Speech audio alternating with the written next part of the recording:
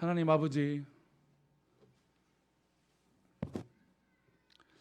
우리에게 이러한 사랑의 종소리를 들려주시고 사랑의 은혜를 주셔서 죽을 수밖에 없는 이 죄인을 살려주시는 것뿐만 아니라 하나님의 자녀로 또 우리가 아버지라고 하나님을 부를 수 있는 은혜를 허락하여 주셔서 감사합니다.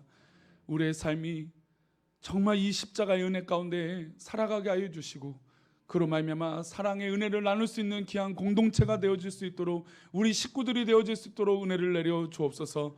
이 시간 말씀을 나누오니 우리의 말씀 가운데 함께 하여 주시고 전하는 자나 듣는 우리 모든 성도가 한 마음 되게 하여 주옵소서. 감사하고 거룩하신 예수 그리스도 이름으로 기도 올려옵나이다. 아멘.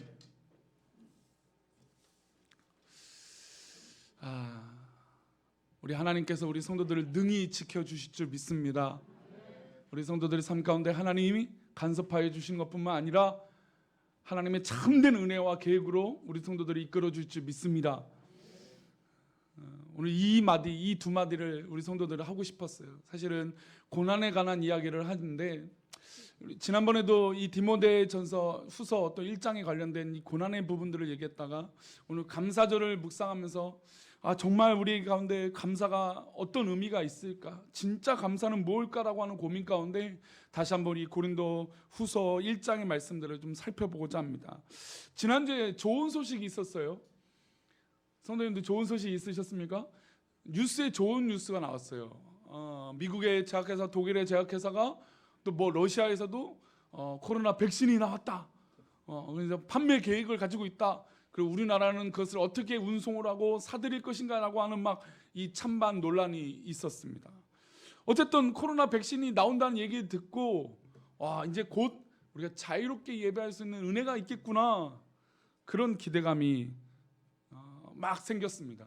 근데 그래도 전문가들 이야기로는 내년 봄까지는 아마 우리가 계속해서 조심하고 코로나에 대해서 유의한다라고 하는 평가들을 내리고 있더라고요. 어쨌든 좋은 소식이었어요. 이런 좋은 소식, 그 소식을 듣고 제가 요즘 뭐 유튜브를 저도 요즘 조금씩 보는데 보다가 어느 유명한 찬양 집회 찬양을 듣게 됐습니다. 근데 거기도 역시 코로나 때문에 집회에 있는 사람들이 거의 없이 그냥 찬양 인도자가 또 싱어들과 반주자들만 찬양 인도를 하고 영상으로만 찬양 예배를 송출하는 그런 모임이었어요. 근데 그 모임 가운데 설교자가 또 기도자가 또 찬양자가 기도하면서 기도하기를 이야기하는데 막 가슴이 막 울컥울컥 하더라고요. 첫 번째로 그 감정에는 우리가 이렇게 빨리 모여서 뜨겁게 기도하고 막 성도를 위해서 정말 우리를 살려달라고 하나님 앞에 붙들고 기도해야 되는데 우리가 그렇게 함께 모여서 기도하지 못하는 그 안타까움 때문에 마음이 또 울컥했어요. 또 한편으로는 이렇게 또 기도할 수 있는, 또 이것이 이렇게 소중하구나, 함께 모여서 기도하는 것이 이렇게 소중한 것이구나라고 깨닫게 해주셔서 감사해요. 그래서 우리가 다음에 마스크를 벗는다라고 하는 날이 어느 날인 걸 오겠죠. 우리가 소망을 하나님 앞에 기도하고 있으니까. 그래서 마스크를 벗고 딱 예배하고 마음껏 포옹하고 악수할 수 있는 그런 은혜가 우리 한국 교회 가운데 속히 임하게 될 줄 믿습니다. 그런 기대감 때문에 하나님 그런 예배가 소중했습니다. 그때 더 열심히 하나님 앞에 기도했어야 되는데, 내가 그때 더 열심히 목회를 했어야 되는데 라고 하는 이 도전을 이 주중에 이 코로나 백신 소식을 통해서 듣게 됐습니다. 근데 그 소식 듣자마자 그 찬양의 은혜를 밤에 막 듣고 하나님 앞에 기도하고 그 다음날에 200명이 넘더라고요. 그리고 오늘도 200명이 넘어요. 그러면서 이거 어떻게 해야 될까 막 염려가 빠집니다. 그러면서 요즘 감사한 건 그래도 교회에서 막 확산을 시켰다라고 하는 뉴스는 조금 안 나오는 것 같아요. 참으로 감사하죠. 근데 또 오늘 아침에 당회하면서 장로님들하고 얘기하면서 혹이나 또 교회가 지금 안 나오지만 교회에서 또 나온다라고 하는 뉴스가 나오면 얼마나 또 교회가 핍박을 받겠습니까? 고난을 받겠습니까? 그러면서 이 고난이 어떻게 우리에게 감사가 될까라고 하는 고민들을 오늘 본문을 통해서 다시 한번 생각해 보게 됐습니다. 신앙의 삶은 하나님께서 복을 주실까요, 안 주실까요? 성도님들, 하나님께서 복 주신 것을 믿으십니까? 하나님 우리 복 주세요. 하나님께서 우리를 축복하세요. 우리를 사랑하세요. 믿으십니까? 아멘. 하나님께서 우리에게 복을 주세요. 그런데 하나님께서 분명히 복을 주신다라고 눈이 성경에서 곳곳에서 말씀하시는데, 반면에 하나님께서 고난을 받으라라고 하는 말씀도 성경에 곳곳에 있습니다. 아니, 여기서 우리가 고난 받고 싶은 사람이 어디 있습니까? 라고 말했던 게 이제 지난번 한번 설교 가운데 있었던 거예요. 우리가 고난 받고 싶은 사람이 없어요. 그렇죠? 아니, 고난을 누가 받고 싶습니까? 목사가 받고 솔직히 목사가 고난 받고 싶다 거짓말이죠. 어떤 사람이 고난을 받고 싶습니까? 다 잘되고 평안하고 좋은 일만 있기를 기대하는 게 우리 아니겠습니까? 또 우리가 바라는 기대치, 그것이 이루어지는 게 복이다라고 생각하지 않습니까? 그런데 성경은 곳곳에서 고난을 받으라예요. 고난을 받을 것이다가 아니라 고난을 받으라라고 하는 것은, 믿음의 사람이라면 고난은 어떻게 보면 당연한 것이다라고 성경은 이야기하고 있다는 것이죠. 왜 하나님은 복을 주시면서 동일하게 또한 동시에 고난을 왜 주시는 것일까? 고난을 왜 허락하는 것일까? 라고 하는 것들을 오늘 디모데후서 1장의 말씀으로 나누고자 합니다. 우리 디모데후서 1장 8절인데요. 오늘 본문을 읽었던 말씀 다시 한번 읽어봅니다. 시작. 그러므로 너는 내가 우리 주를 증언함과 또는 주를 위하여 갇힌 자 된 나를 부끄러워하지 말고 오직 하나님의 능력을 따라 복음과 함께 고난을 받으라. 지금 이 말씀은 바울 사도가 디모데에게 하는 말이에요. 그런데 디모데가 사랑하는 아들이고 바울에겐 사랑하는 제자고 가장 애틋한 관계에 있는 사람이 바로 디모데예요. 그런데 영적인 스승이고 아버지가 지금 어디에 있습니까? 감옥에 갇혀 있는 거예요. 감옥에 갇혀 있는 거 물론 우리는 알고 있어요. 복음을 위해서 저렇게 복음을 위해서 사역하다가 감옥에 갇혀 있는 거 알고 있습니다. 그러나 감옥에 갇혀 있던 것만으로도 누가 기뻐하고 누가 좋아할 사람 어디 있겠습니까? 아무리 억울해도 감옥에 갇혀 있으면 죄인이라고 불립니다. 왜냐하면 이 입장으로 있는 건 믿음의 사람들이에요. 믿음의 사람들이니까 복음을 위해서 감옥에 갇힌 거 이해가 될 수도 있습니다. 그러나 믿지 않는 사람들은 감옥에 갇혔다면 뭐라고 평가할까요? 저 죄인, 저 나쁜 사람. 감옥에 갇혔다는 이유로 저 바울을 조롱하고 저주하고 또 약을 올리고 또 예수 그리스도의 이름을 망령되이 일컫는 사람들이 주변에 가득하게 된다는 것이죠. 근데 그 바울을 이 디모데는 아버지라고 불렀던 그런 깊은 관계 가운데 있었어요. 그러면 영적인 자식된 입장에서 영적인 아버지가 감옥에 갇혔어요. 나에게 도움을 못 주고 나에게 좋은 영향을 못 미친다고 세상은 그렇게 말해요. 야, 저 바울 아무리 날고 긴다고 하는데 저거 봐라, 감옥에 갇히지 않았느냐? 그런 이야기들을 아마 디모데에게 하실 수도 있을 겁니다. 그런 얘기가 들렸을 때 디모데 입장에서는 부끄러울까요? 안 부끄러울까요? 자랑스럽기도 하지만 때로는 그것 때문에 괴로운 그런 마음이 들었을 것입니다. 여기서 부끄럽다라고 하는 단어는 믿음의 사람들 입장에서는 도전의 단어이지만 세상의 사람들 입장에서는 조롱거리예요. 아유, 교회가 뭐 저래갖고, 교회가 요즘 한국 교회가 그렇잖아요. 손가락질 받잖아요. 아유, 교회가 저래갖고 되겠느냐, 그런 부끄러움이에요. 세상은 알지 못하는 그 진리를 우리는 갖고 있기 때문에 세상 사람들이 조롱해요. 아이고, 교회가 저렇게밖에 못하는구나. 그런 부끄러움이 마치 디모데에게 있을 수 있다는 겁니다. 그래서 바울 사도가 디모데가 위로하는 거예요. 내가 지금 갇혀 있지만 너는 부끄러워하지 말아라. 왜 우리가 부끄러워하지 않느냐? 그런데 그 이야기를 해야 되잖아요. 부끄러워하지 말아라, 이렇게 바울 사도가 얘기했으니까 왜 부끄러워하지 말아라 말게 됐느냐, 결론을 얘기해야 되는데 그 다음 말씀이 이렇게 나와요. 나를 부끄러워하지 말고, 그 다음 한번 읽어볼까요? 다시 한번. 오직 하나님의 능력을 따라 복음과 함께 뭘 받으라? 아니, 부끄러워하지 말라고 했잖아요. 그럼 부끄러워하지 말라는 거 어디 갇히지 말라는 걸까요? 감옥에 갇히지 말라는 얘기입니다.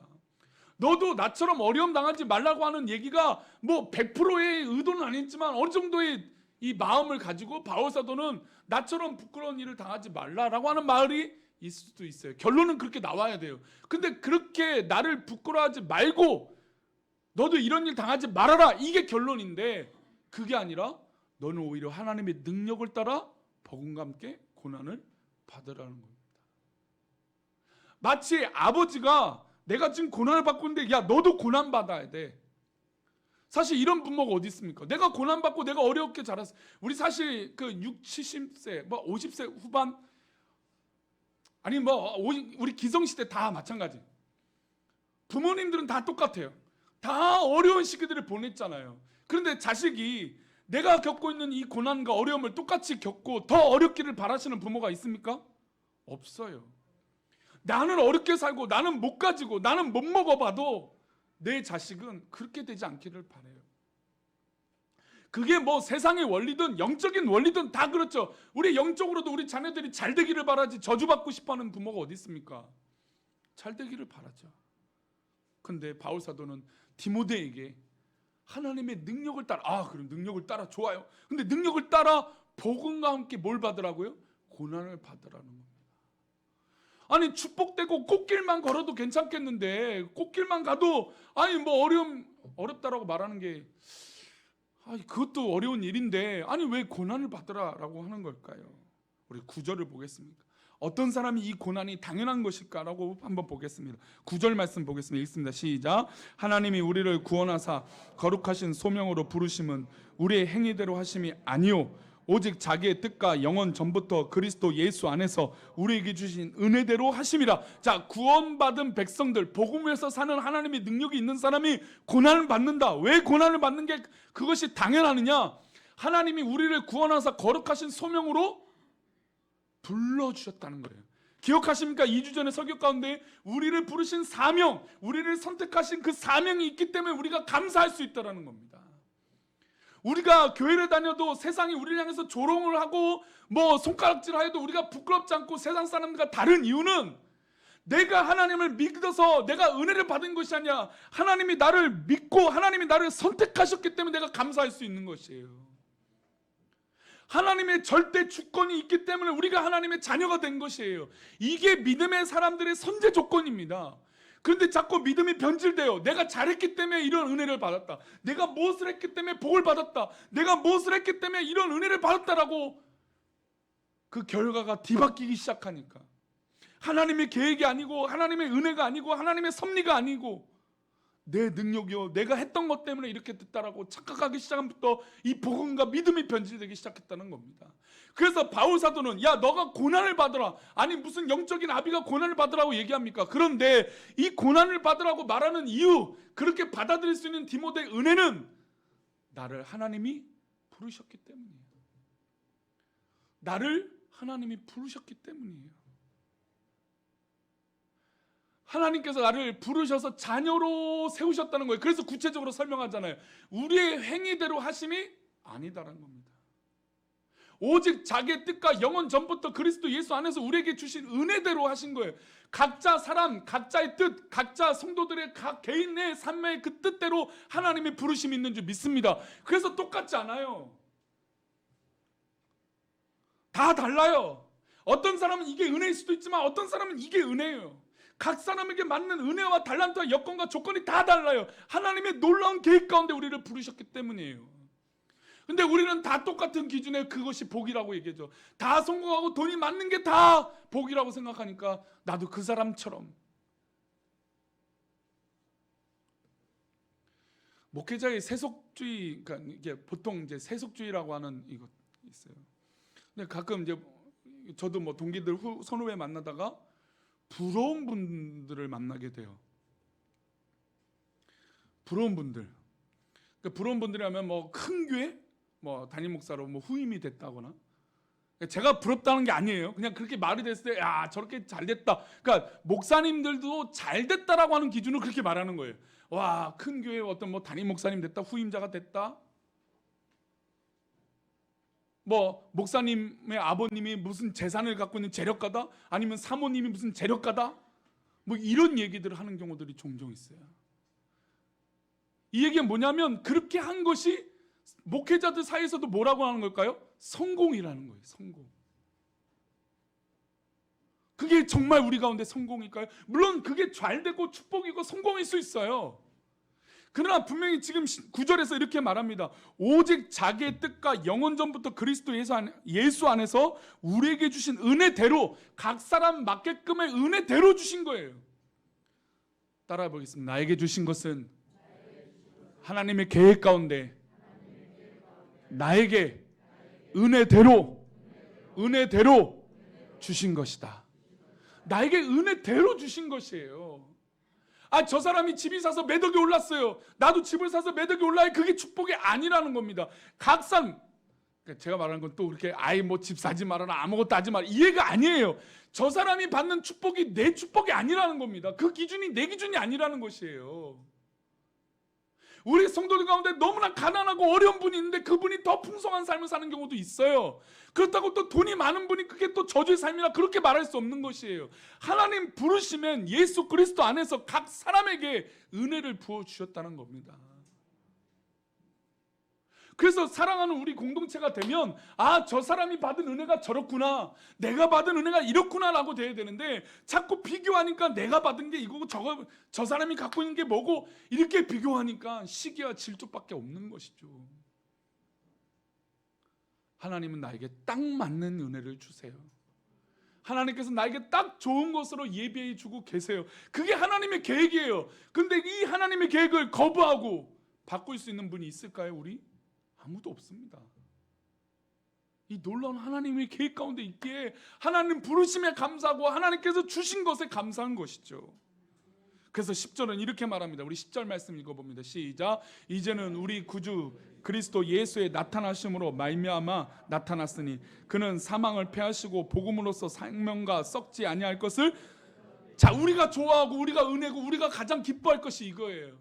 이게 복이에요. 그리스도 예수의 나타내신, 그러니까 복음이 나타나는 거죠. 은혜가 나타나는 것이죠. 우리 가운데 은혜가 임하는 것이죠. 그는 사망을 패하시고 우리 가운데 영원한 죽음이 없는 것인 줄 믿습니다. 영원한 천국이 우리 가운데 예비가 되어 있어요. 그리고 그것이 복음이에요. 그 복음으로써 생명과 썩지 아니할 것을 드러나는 것입니다. 하나님께서 진리를 우리 가운데 드러내게 하신다는 것이에요. 우리가 진짜 생명과 썩지 않을 것이 우리 가운데 있는 것인지 믿습니다. 이게 복음이에요. 이게 복음. 이게 은혜예요. 내가 먹고 안 먹고, 내가 가지고 못 가지고, 이게 우리의 신앙의 기준이 아니라 우리의 신앙의 기준은 사망을 패하시고 복음으로써 생명과 썩지 않을 것을 이끌어 주시는 하나님의 놀라운 은혜. 아니, 이거 받으면 다 끝난 거 아닙니까? 하나님의 자녀가 된 것이면 이것이 끝이 아닐까요? 저 개인적으로 저는 우리 교회가 부흥할 것을 믿습니다. 그러면 이 부흥의 조건은 무엇일까요? 우리 성도들 막 1000명, 2000명, 3000명, 5000명, 10,000명, 막 10만 명, 100만 명. 그 기준일까요? 그건 아무도 몰라요. 하나님의 계획과 하심은 아무도 모르는 거예요. 근데 마치 그것이 목적이에요. 야, 1000명 교회 돼, 2000명 교회 돼, 우리 교회 막 이 지역 뭐 땅을 다 사서 교회를 바꿔야 돼. 그게 기준이 아니라는 것이죠. 하나님의 계획과 하심에 인도하심을 믿는 것이 진짜 믿음이에요. 그래서 교회에서는 옳다라고 하는 논쟁이 일어날 수밖에 없어요. 이것이 옳고 저것이 옳다라고 말해요. 근데 그 옳다라고 하는 인간의 기준을 뛰어넘는 게 하나님의 계획인 줄 믿습니다. 우리는 이것을 잠잠히 묻는 성도들이 늘어나야 돼요. 하나님, 이것이 하나님의 뜻입니까? 이것이 하나님의 계획입니까? 이것이 하나님의 놀라운 은혜입니까? 그것이 고난이 일지언정. 그래서 이 고난, 이 복음을 위해서 우리를 뭘로 세우시냐? 11절 말씀 읽어보면 11절 시작. 내가 이 복음을 위하여 선포자와 사도와 교사로 세우심을 입었노라. 이 복음이 뭐예요? 축복입니까? 세상의 기준의 복이에요? 아니에요. 이 고난이에요. 이 복음을 위해서 우리는 고난을 위해서 세움을 입었어요. 선포자와 사도요, 교사로 세우심을 입은 것이에요. 물론 여기 나온 단어는 이전에도 말씀드렸지만 목회자를 향한 말이에요. 하지만 우리 모든 성도들이 만인 제사장, 만인 하나님 앞에 부르심을 받은 백성으로서 선포자요, 사도로, 교사로 부르심을 입은 줄 믿습니다. 하나님이 우리 성도들을 이렇게 부르셨어요. 각자에 맞게끔 사명과 소명을 주셨어요. 그런데 이 사명과 이 직분은 무엇을 위해서요? 내가 갖고 있는 직분은 무엇을 위해서요? 복음을 위해서, 복음을 위해서. 내가 갖고 있는 이 사명과 직책과 내가 하고 있는 모든 봉사는 복음을 위해서예요. 이 목사를 위해서 아니에요. 이 교회를 위해서 아니에요. 온전히 예수 그리스도 그 복음을 위해서 우리가 쓰임을 받는 종들입니다. 그런데 이 복음은 뭐라고요? 고난이라니까요. 고난. 지금 바울 사도가 말하잖아요. 이 복음을 위하여 너가 고난을 받으라라는 겁니다. 그럼 이 복음을 위해서 뭐가 당연히 숙명적으로 따라올까요? 고난이 따라온다니까요. 왜냐하면 세상이 이해할 수 없잖아요. 이게 어떻게 이해가 돼요? 다 성공하고 다 축복받고 다 잘되는 세상의 기준으로만 그것이 축복인데, 그래서 12절에 바울사도는 이렇게 또한 위로합니다. 그러니까 바울사도의 마음을 또 느낄 수 있는 건 디모데에게 강하게 질책하면서 훈련을 시키잖아요. 야, 복음을 위해서 우리가 고난을 받는 거고, 복음을 위해서 내가 지금 교사가 된 거야. 내가 복음을 위해서 이렇게 사는 것이 맞아. 그게 고난이지만 그게 복이야. 근데 그걸로만 끝내지 않고 바울사도가 디모데에게 위로와 격려의 말씀을 하세요. 우리 12절 말씀 읽어봅니다. 시작.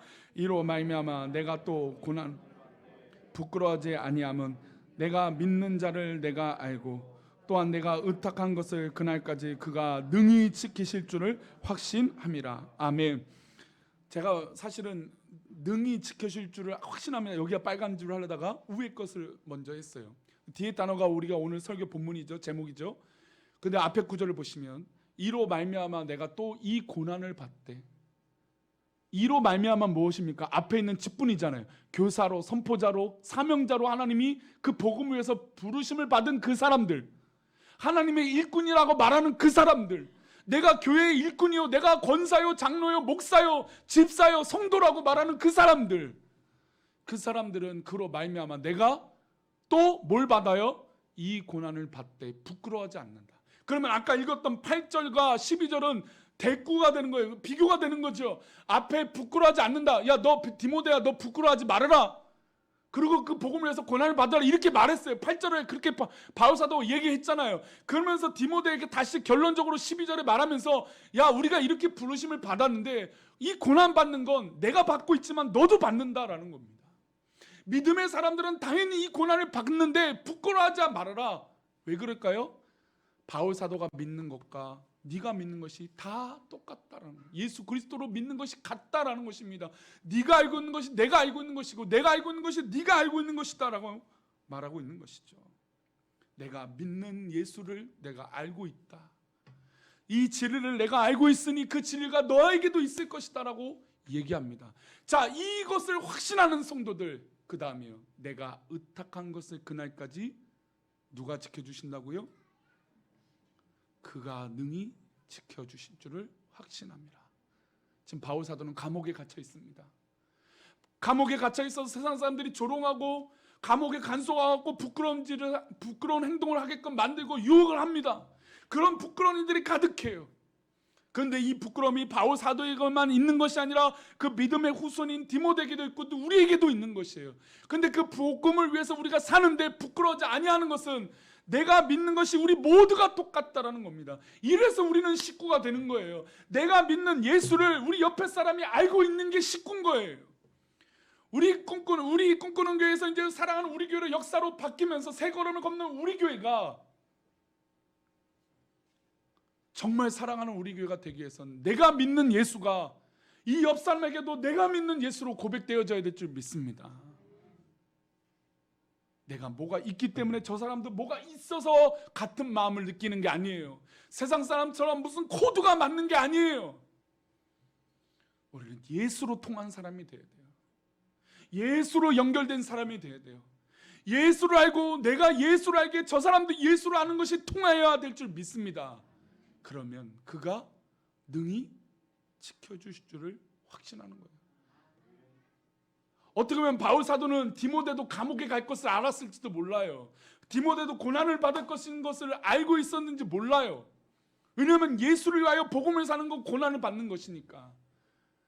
근데 그 고난을 받을지라도 하나님께서, 우리 주님께서 지켜주신다는 겁니다. 우리 성도님들 기억 가운데 좋은 일도 기억이 참 많지만 고난받았던 거, 슬펐던 거, 괴로웠던 기억들이 참 머릿속에 있을 거예요. 근데 지금의 시간에 돌아보면 물론 지금 받고 있는 고난은 참 어떻게 하기 어려워, 그 고난 때문에 어려운 마음이 들지만 지나왔던 과거들을 돌아보면 우리 하나님이 다 일일이 간섭하여 주시고 지켜주신 줄 믿습니다. 그래서 우리가 감사절을 지키는 거 아닙니까? 올 한해 코로나 때문에 막 잘된 분도 있어요. 우리 교회 안에서도 코로나 때문에. 근데 어떤 분은 코로나 때문에 오히려 막 정말 하루도 일을 못하는 경우도, 허다한 경우도 있었습니다.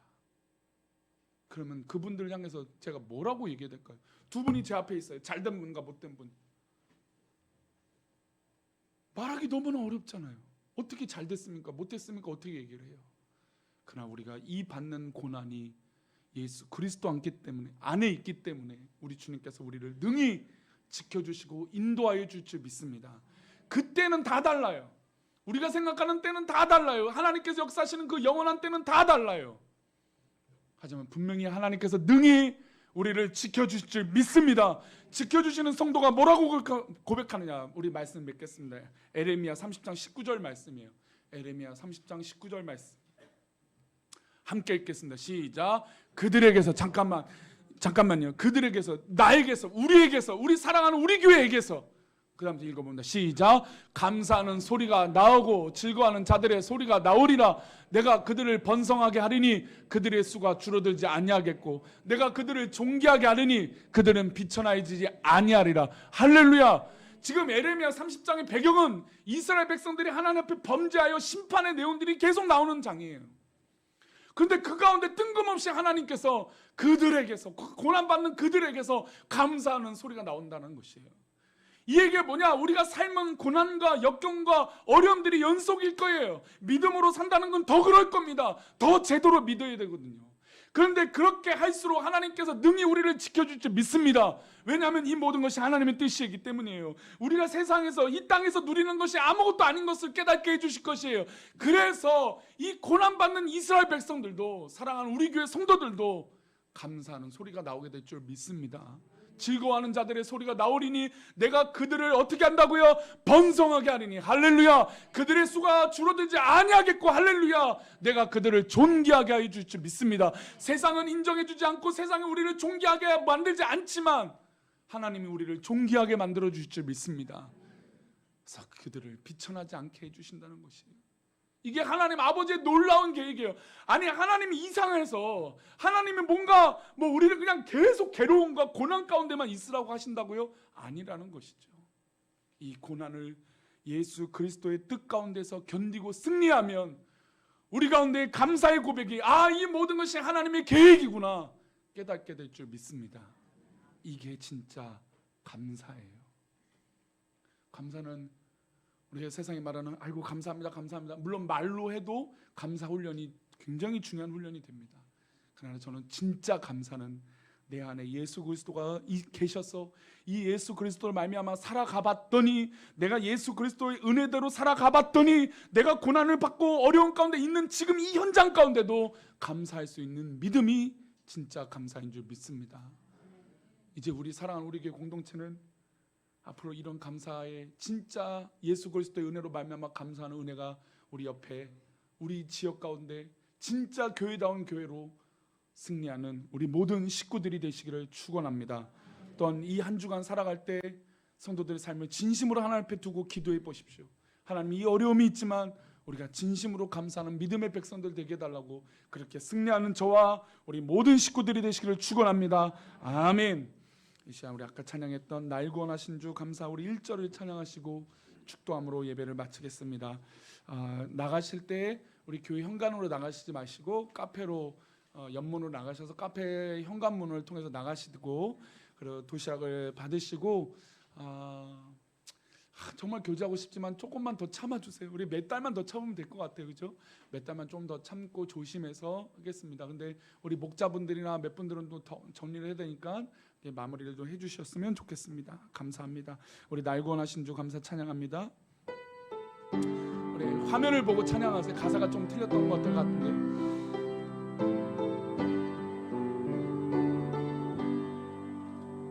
날 구원 주 감사, 모든 것 주신 감사, 지난 추억이 내 감사, 주 내 곁에 계시네. 향기로운 봄 내 감사, 외로운 가을날 감사, 사라진 눈물도 감사, 나의 영혼 평안해. 할렐루야. 우리 가운데 영적으로 외로운 성도들이 아마 있을 거예요. 사람을 우리가 못 만나서 외롭겠습니까? 코로나로 인해서도 만날 사람을 만나죠, 그렇죠? 영적인 외로움이 있으면 이것만큼 괴로운 게 없는 것 같아요. 오늘 말씀을 듣고 기억하십시오. 우리가 고난받을지라도 능히 우리 주님께서 우리 성도들을 지켜줄 줄 믿습니다. 결국은 하나님의 뜻 가운데 있는 성도들은 우리 입에서 감사와 즐거운 찬양이 흘러나올 줄 믿습니다. 우리 성도들 그렇게 살아봅시다. 진짜 믿음으로 감사하는 믿음의 백성들 되어봅시다. 내 영적인 외로움이 하나님 앞에 해결받는 믿음의 백성들 되게 달라고 기도해봅시다. 이 시간 우리가 하나님 앞에 기도할 때 하나님 진정한 감사가 넘치게 하여 주옵소서. 믿음으로 감사, 예수 그리스도에 인한 감사가 넘치게 해 주옵소서. 우리 그렇게 잠시 기도하겠습니다. 우리 다 같이 기도합니다. 하나님 아버지 감사합니다. 우리를 사랑하시고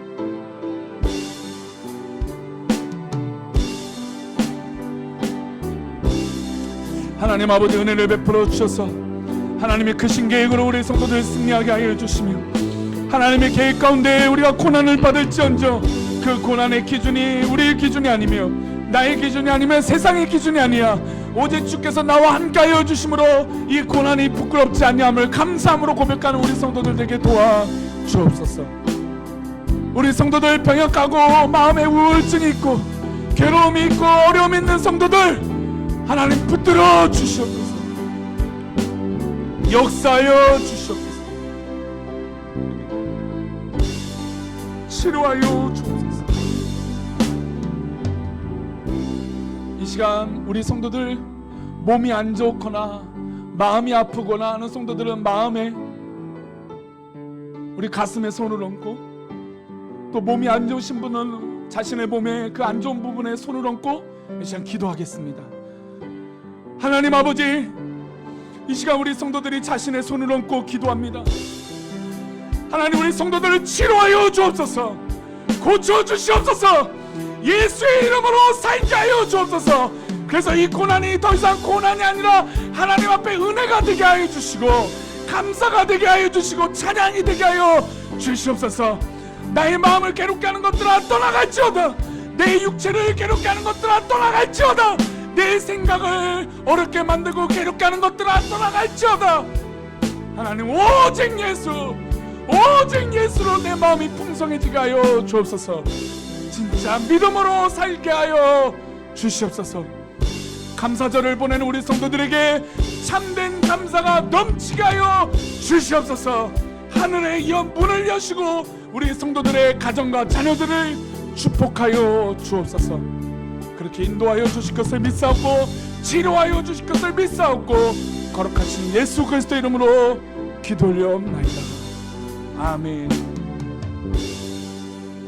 이제는 우리 주 예수 그리스도의 은혜와 아버지 하나님의 크신 사랑과 성령님의 감화 감동 위로 교통하심이 오늘 말씀을 통하여 진정한 감사가 주 예수 그리스도 안에 있음을 고백하며 혹이나 나에게 좋은 일이든 고난일지언정 기쁜 일이든 슬픈 일이든 이 모든 것이 주의 계획 가운데 있음을 고백하는 우리 모든 사랑하는 성도들, 우리 권속들, 자녀들, 사업터, 직장 위에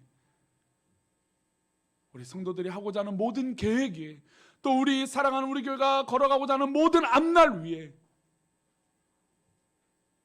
우리 모든 한국교회 위에 열방 위에 이제부터 영원까지 함께 계시기를 간절히 축원합나이다. 아멘.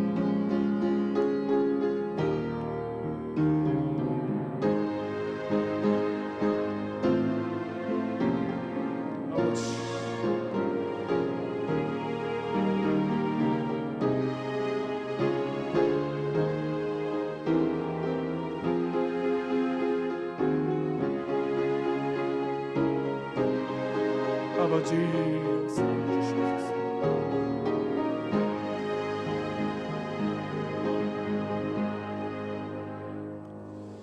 아멘. 감사합니다. 우리 커피를 준비하고 있으니까요. 우리 조금만 앉았다가 천천히 나가겠습니다. 천천히 교제하시고 인사도 나눠주시고 하시면 좋겠습니다. 좀 더 앉아 계세요. 천천히 나오세요. 천천히.